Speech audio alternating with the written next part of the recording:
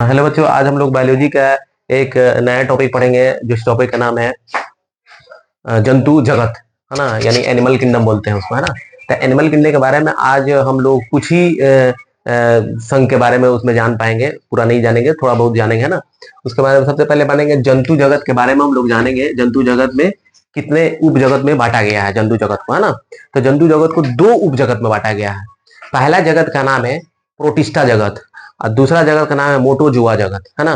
तो सबसे पहली बात है कि ये हम लोग को जानने की कोशिश करना है कि जंतु जगत को भी ना दो उप जगत में बांटा गया है।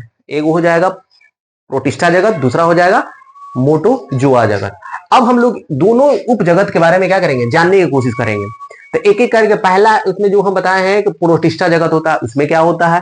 उसी तरह मोटोजुआ जगत होता है, उसमें क्या होता है। तो एक एक करके क्या करेंगे, हम लोग जानने की कोशिश करेंगे, है ना। तो उसी तरह प्रोटिस्टा जगत में जो है बोला जाता है कि जितने भी जीव जंतु होते हैं, प्रोटिस्टा जगत के जितने भी जीव जंतु होते हैं वो एक कोशिकीय और यूकैरियोटिक होते हैं, है ना। जबकि मोटोजुआ जगत के अंदर जो भी जीव होते हैं वो बहुकोशिकीय यूकैरियोटिक जीव पाए जाते हैं, है ना। उसके बाद से हम लोग जानेंगे प्रोटिस्टा जगत के बारे में। प्रोटिस्टा जगत में जितने भी जीव जंतु होते उनको एक ही संघ में क्या किया गया है, सम्मिलित करके रखा गया है। उस जगत का, उस संघ का नाम है प्रोटोजोआ संघ बोलते हैं। क्लियर है ना। प्रोटिस्टा जगत के अंदर एक ही संघ पाया जाता है जिसका नाम है प्रोटोजोआ संघ बोला जाता है। अब प्रोटोजोआ संघ जाने तो अब हम लोग जानने की कोशिश करेंगे कि प्रोटोजोआ संघ में जो एनिमल आते हैं उनकी क्या लिविंग थिंग है, कैसे रहते हैं, कैसे सांस लेते हैं, कैसे उत्सर्जन करते हैं, उनका क्या क्या एग्जाम्पल है। तो उसमें के लिए हम थोड़ा सा आसानी के लिए एक एक पॉइंट करके क्या किए, हम बताए हुए हैं। इस पॉइंट को वेरी वेरी इंपॉर्टेंट है, जो एग्जाम पॉइंट ऑफ व्यू से क्या होता है, बहुत इंपॉर्टेंट है। तो पहला इसमें हम लोग जानेंगे प्रोटोजोआ संघ के अंदर जितने भी जीव होते हैं, जो भी जीव हो, जंतु हो, वो क्या होते हैं, परजीवी होते हैं, स्वतंत्र जीवी होते हैं, सहभोजी होते हैं और सहजीवी होते हैं। यानी चारों टाइप का, परजीवी भी होते हैं, स्वतंत्र जीवी भी होते हैं, सहभोजी भी होते हैं और सहजीवी भी होते हैं। तो पहला पॉइंट ये याद करना। दूसरा पॉइंट क्या याद करना है कि इसके अंदर भी जितने जीव जंतु होते हैं उसके अंदर उत्तक या अंग नहीं पाया जाता है। ये अपने आप इंपॉर्टेंट है कि पूछ देगा कौन से संघ के अंदर उत्तक और उसके अंदर उत्तक और अंग नहीं पाया जाता है। तो याद रखना प्रोटोजोआ जगत। तो दूसरा पॉइंट हो गया। तीसरा पॉइंट में इस संघ के अंदर की एक अंदर, इस संघ के अंदर जो जीव जंतु आता है, एक खास बात ये है कि ये जीव जंतु ना चलने के लिए अपने एक अंग का यूज करते हैं, प्रचलन करने के लिए, खाना लेने के लिए, सब चीज लेने के लिए क्या करते हैं, अंग का यूज करते हैं। वो अंग क्या होता है, अलग अलग जीव में अलग अलग अंग होता है। तो बहुत इंपॉर्टेंट है। जैसे हम कह देंगे अमीबा, अमीबा इस संघ का क्या है, प्रोटोजोआ संघ का एक क्या है, एग्जाम्पल है, जीव है। वो क्या करता है, खाना लेने के लिए, आगे बढ़ने के लिए, चलने के लिए एक अपना अंग यूज करता है, उसका नाम है अमीबा। क्या नाम है, कुटपाद, जिसको सूडोपोडिया बोलते हैं, इंग्लिश में बोलते हैं। उसी तरह पैरामीशियम जो है, पैरामीशियम भी एक क्या है, प्रोटोजोआ संघ का जंतु है। वो भी क्या करता है, अपना खाना बनाने के लिए या चलन के लिए क्या करता है, वो पछावीय अंग का यूज करता है। उसी तरह युगलिना भी है, सेम एज इट इज, वो भी कछावीय संघ का क्या करता है, अपने अंग का यूज करता है। तो ये जो तीन हम बताए हैं ना अंग, कुटपाद अमीबा का, पछावीय पैरामीशियम का, कछावीय युगलिना की, ये बहुत इंपॉर्टेंट है, किसी न किसी एग्जाम में पूछ देता है।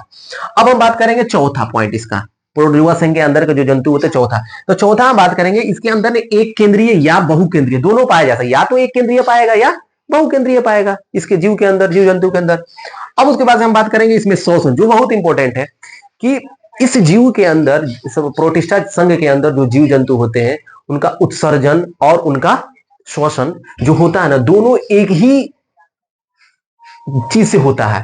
यानी इसमें कहेंगे श्वसन और उत्सर्जन जो होता है ना, वो शरीर के बाहरी सतह से ही वो क्या करता है, सांस भी लेता है और अपना मल त्याग भी करता है, उत्सर्जन करता है, वो शरीर के सतह से ही करता है। थ्रू द किसके द्वारा, विसरण के द्वारा क्या करता है, वो अपना सांस भी लेता है और त्याग करता है, मल त्याग करता है। और इसमें एक और खासियत बात है कि ये जो जीव जंतु है ना, वो सेक्सुअल रिप्रोडक्शन भी कर सकते हैं, सेक्सुअल रिप्रोडक्शन भी कर सकते हैं, जिसको हिंदी में लैंगिक और अलैंगिक जनन भी करते हैं।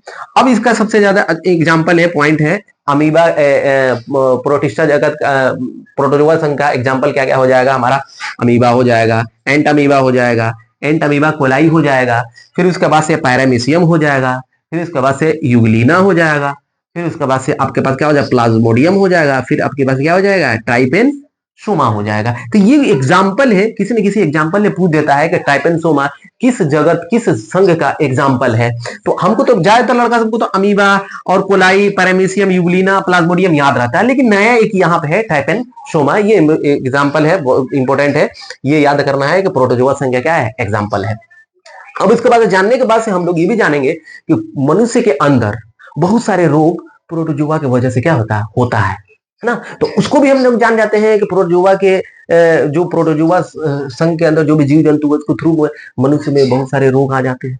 अब आइए उस रोग का क्या क्या नाम है। मान लीजिए मनुष्य के अंदर पाए जाने वाला रोग पेचिस रोग है, ये सब प्रोटोजोआ से होने वाले रोग है। पायरिया हो गया, मलेरिया रोग हो गया, स्लीपिंग रोग हो गया, कालाजोर रोग हो गया, ये सारे के सारे मनुष्य के अंदर पाए जाने वाले रोग हैं जो प्रोटोजोआ के तहत क्या होता है, मनुष्य के अंदर पाया जाता है। अब बात पता है ये नहीं, ये तो हमको पता है, सबको याद रहता है, लेकिन पूछ देता है एग्जाम में कि पेचिस रोग किस प्रोटोजोआ की वजह से होता है। तो याद रखना है, पेचिस रोग जो होता है एंट अमीबा हिस्टोलिटिका के द्वारा होता है। ये इंपॉर्टेंट है, ये याद करना एग्जाम में पूछ देता है ना। उसी तरह अगला याद करना है, पायरिया रोग मनुष्य के अंदर होता है, लेकिन पूछ देगा किस प्रोटोजोआ के द्वारा होता है। तो याद रखना एंट अमीबा जिंजीवाइलिस द्वारा, जिंजीवाइलिस याद कर लेना है। पायरिया रोग जिंजीवाइलिस याद करना है, पेचिस रोग हिस्टोलिटिका याद करना है। उसी तरह मलेरिया रोग तो पता है हमको, है ना, कौन सा, प्लाज्मोडियम के द्वारा होता है। यहाँ पे एग्जांपल लिखे हैं प्लाज्मोडियम। उसी तरह पूछ जाएगा स्लीपिंग रोग, सोने वाली निद्रा रोग जो होता है वो किसके द्वारा आता है, ट्रैपेनोसोमा गैम्बियंस के द्वारा होता है। ये भी याद रखना है, वेरी वेरी इंपोर्टेंट। ट्रैपेनोसोमा, सोमा से पता ही चल जा रहा है, सोमा मतलब क्या होता है, सोने का निद्रा। तो गैम्बियंस के द्वारा होता है। कालाजार, लेशमानिया, दोनों वान द्वारा होता है। ये भी याद रखना है, कालाजार रोग। अब ये तो हमारा था क्या, कुछ जो मनुष्य के अंदर होने वाले जो रोग थे